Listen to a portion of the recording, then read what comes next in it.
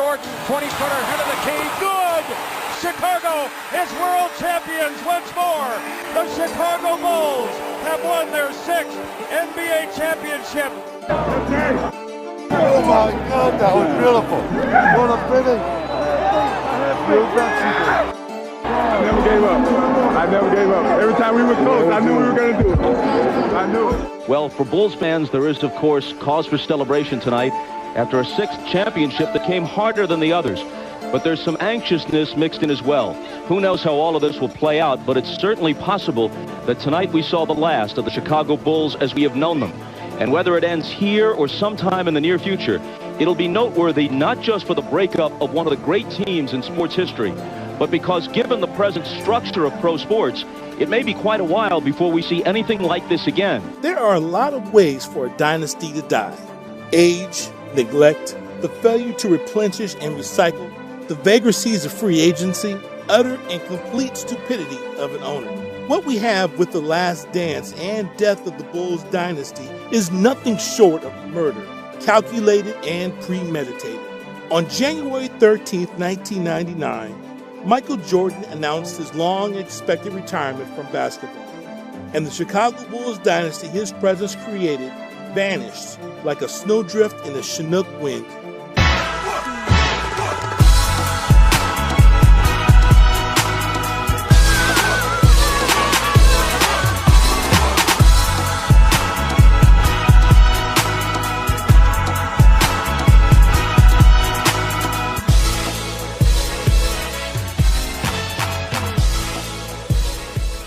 It took 8 months to dismantle the Chicago Bulls. However, there's a long history showing that we have to begin the story 14 years before the demise. In March 1985, Jerry Reinsdorf became the owner of the Bulls and gave all management power to his beloved Jerry Krause. Reinsdorf didn't know much about basketball, and Krause was his brain. Krause began his career as a basketball scout in 1961. He discovered a lot of baseball and basketball superstars. Now he got a chance to run the Bulls. Not more than a year after, Michael Jordan and Krause clashed. This is how everything started. Jordan broke his foot earlier in the '86 season, and Krause sent 3 specialists to examine the injury. They said there's a 90% chance of re-injuring if Jordan returns in the season. Jordan ignored doctors' advice. Krause showed up with a tape recorder in a meeting with MJ and doctors. Jordan got furious about this. Another session, now Jordan with the tape recorder. They don't want me to play, so they missed the playoffs again and tanked the team. Get a high draft pick. Krause turned to Michael and said, "You're going to do what we say. You're our property." That was the time young MJ realized he was in a business. But Jordan came back. The Bulls made the playoffs. He scored 49 in the first game and 63 in the second game against the Celtics. The second crackdown was 2 years later when Krause traded Michael Jordan's best friend, Charles Oakley, for Bill Cartwright. Jordan was in Vegas for the Mike Tyson fight when the trade happened. And there's the Phil Jackson side of the story. In '87, Krause picked him as Doug Collins' assistant. 2 years later, the team was his. He was the third coach the two Jerrys hired since 1985. Jackson had winning teams in the CBA. CBA? What does it stand for? Cockroach Basketball Association. Jackson was a classic Krause hire because he virtually was blacklisted from the NBA because of his oddball reputation and had languished in the CBA 5 years. Jackson's staff, the originator of Doberman defense, Johnny Bach, and Mr. Triangle, Tex Winter. Success came early. The Bulls won their first championship in Jackson's second year as head coach. Jordan, Pippen, and Jackson bonded a big brother-little brother relationship. They went to wars together. Phil ran triangle in 3 quarters. Fourth quarter, it was all Michael Jordan. The result, 3-peat. Jordan retires, comes back after 18 months. Bulls get eliminated by the Orlando Magic. Krause, again, built a successful championship team around Jordan that can complement him in his first full season after comeback. Remember, he got Paxson in '85, Cartwright for Oakley in '88, drafted Pippen and Horace Grant in '87, drafted Kukoc in 1990, got Steve Kerr in '93, Ron Harper became a key player. Now it was time for Dennis Rodman. Nobody wanted Rodman in the league at that time. George Karl said Dennis Rodman was the real Finals MVP in 1996. Accept it or not, Krause was the architect of the Bulls' success. But the battle of big egos continued. You could feel the animosities between the team and the front office in this footage. The Bulls had their best season, 72-10, and minutes after winning the 1996 championship, Reinsdorf sends kudos to Krause. But more, if you had to give credit to one man, the guy that put them all here, Jerry Krause. Jerry, I heard you say... Bob Costas asked Phil if he's coming back or not. It is his best season.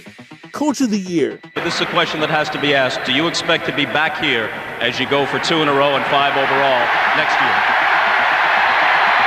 They want me back. If the management wants me back, I'll come back. But it's got to be right. It'll be right.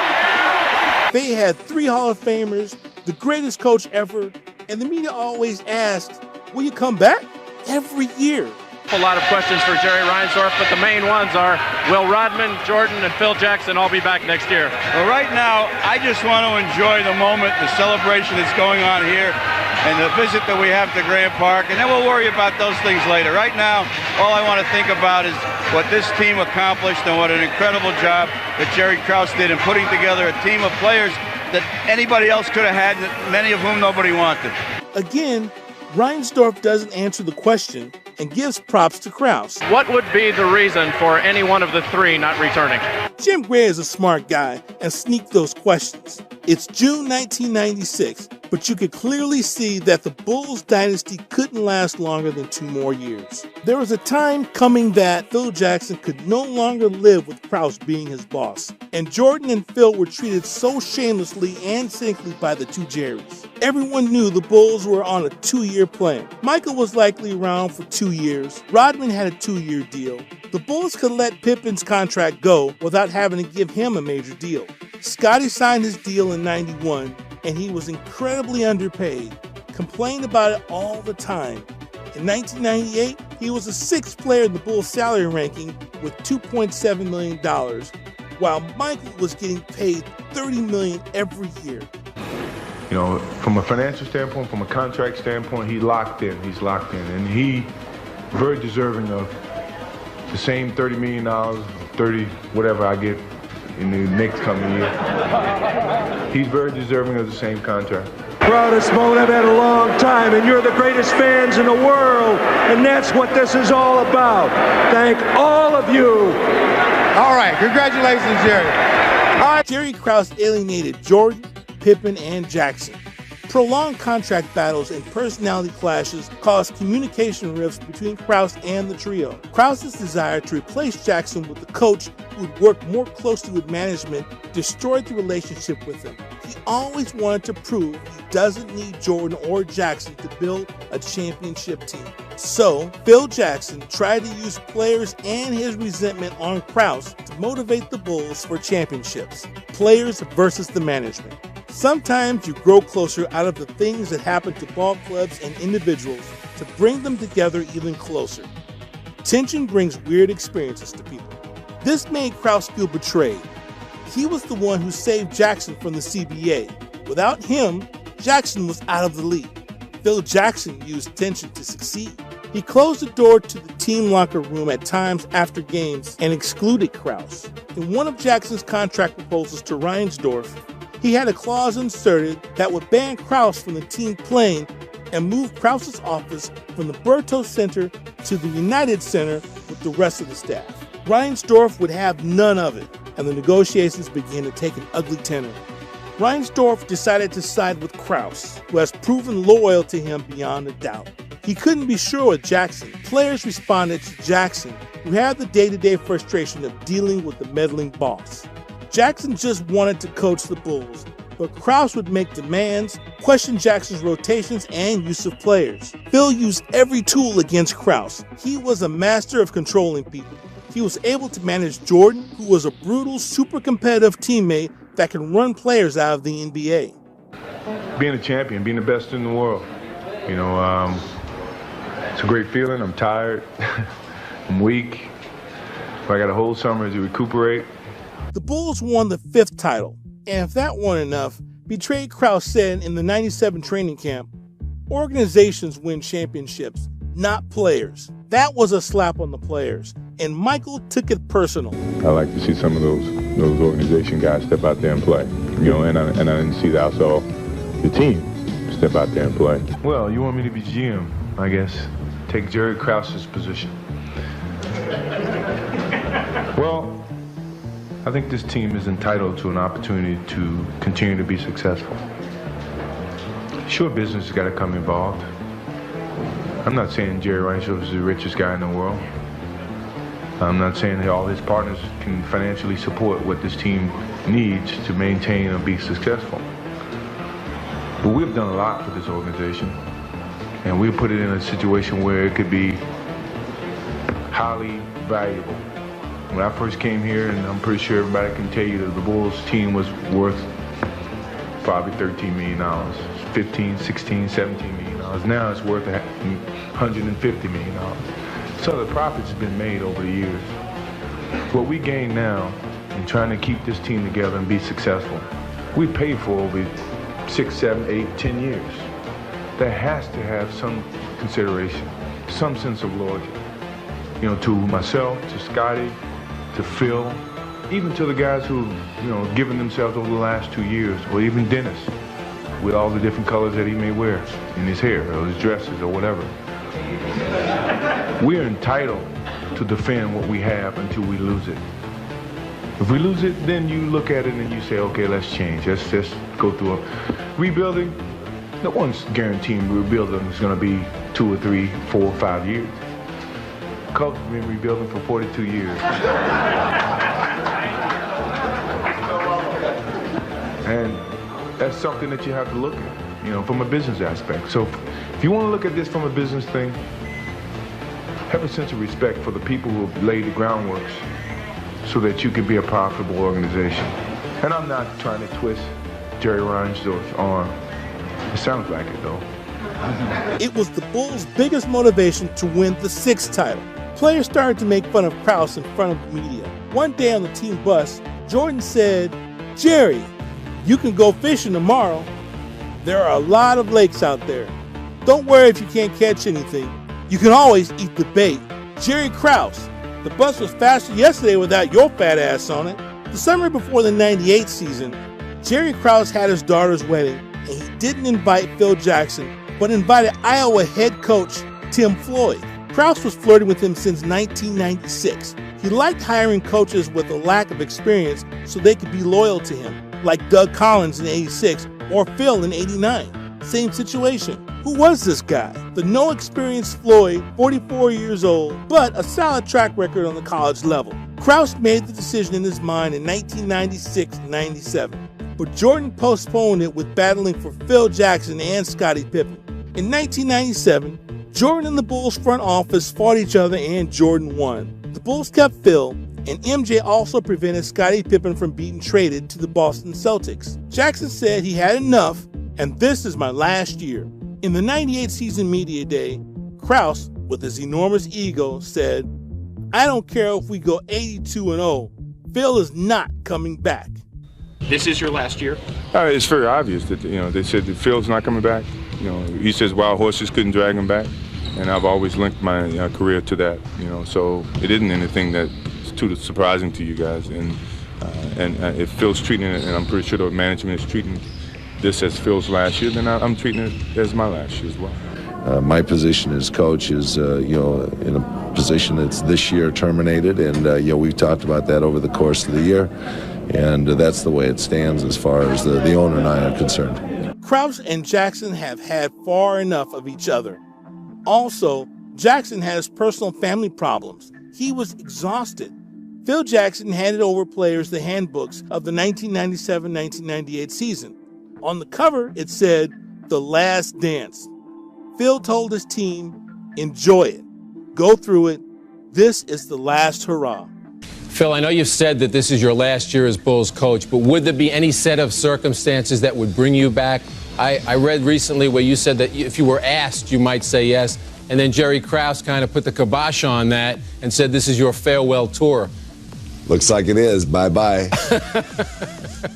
If you're still coaching? Yeah. Yeah, it's always a thought, but it's not a thought right now.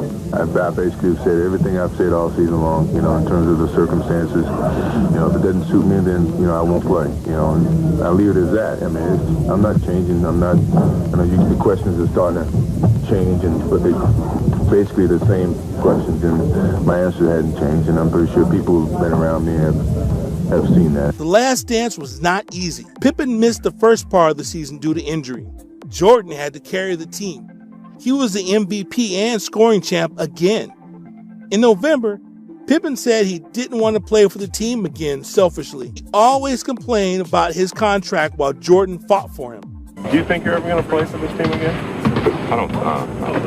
I never, saw the day when I would have to turn the other cheek and go the other way. But, If that was the case, it could have been done easily at the beginning of the season. And Phil, myself, even Dennis probably would have chose to go other ways. And, we lobbied to put this thing back together so we can win a 6th championship. And, and he developed those type of feelings, when we all were more or less committed to come back and do our job.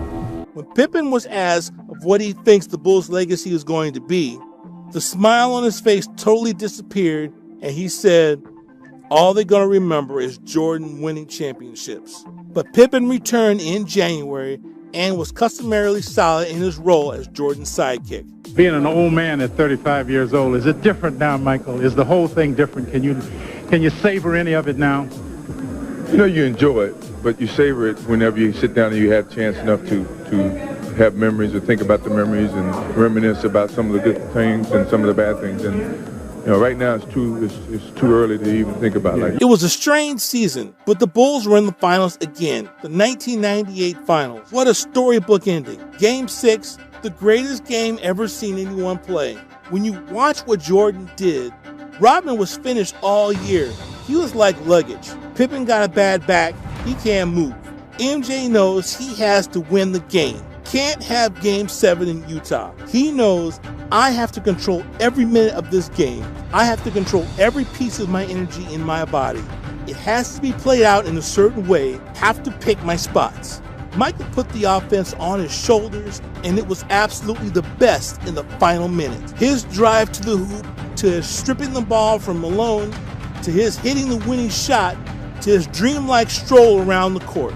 He dominated the play and the replays in what would be a perfect farewell if he wouldn't return to the NBA. Margin, speaking of the Utah Jazz, there are so many things to look back on. Players versus the organization. Phil Jackson and the players were victorious against the two Jerrys again the 6th time. And 1998 summer, it was a high-stakes poker game between Jerry's, Jackson, and Jordan.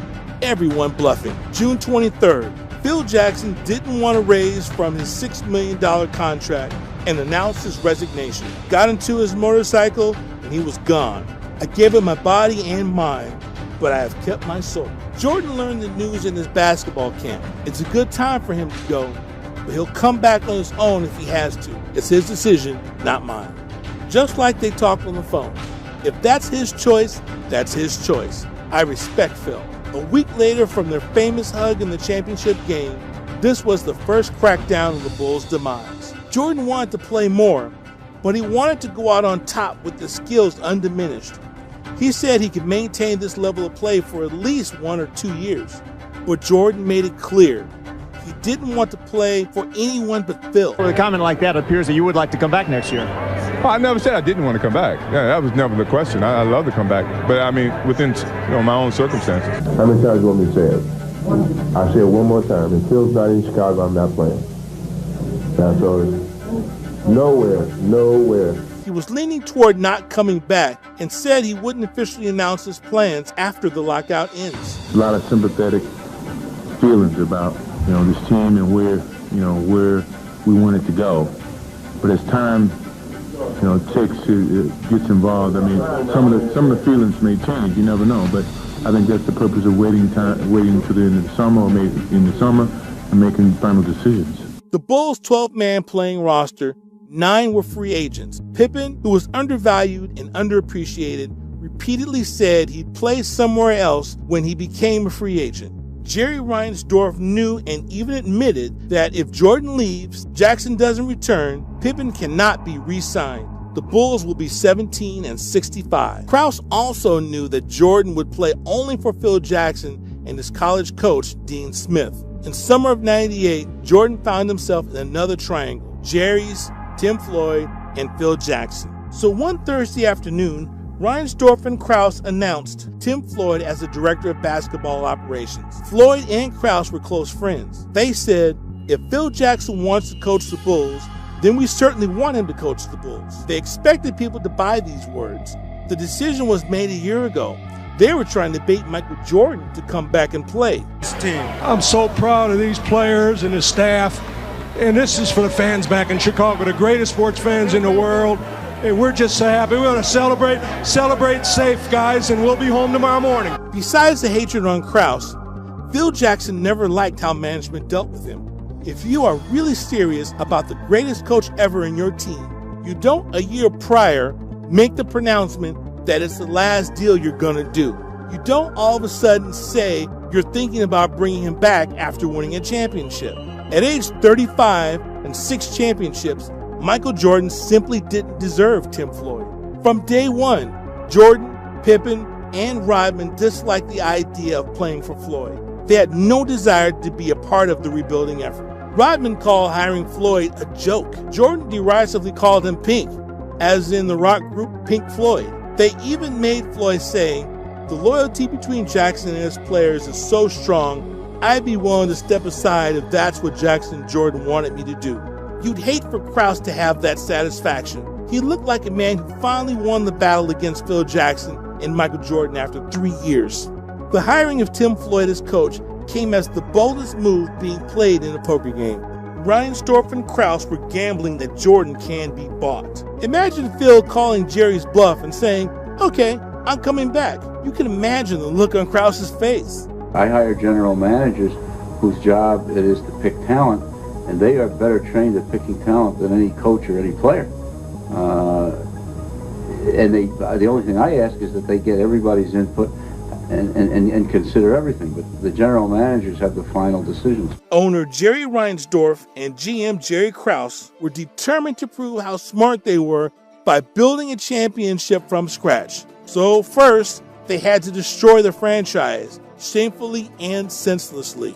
In January 1999, Jordan retired. Free agent Pippen was re-signed and traded to the Rockets. Kerr and Longley were traded. Dennis Rodman declared himself done with basketball, but later signed with the Lakers. The Bulls were dismantled systematically simply to satisfy a couple of raging egos. A decade's worth of domination purposely, coldly disassembled in a handful of days. What a shameful, ignominious demise.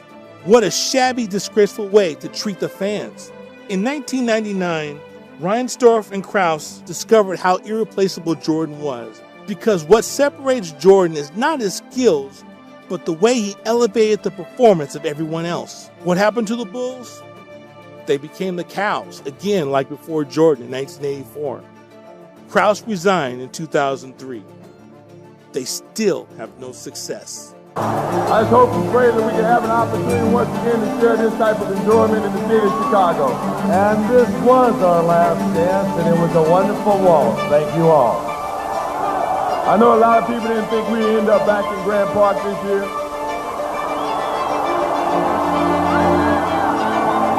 Nobody knows if we're going to be in Grant Park next year.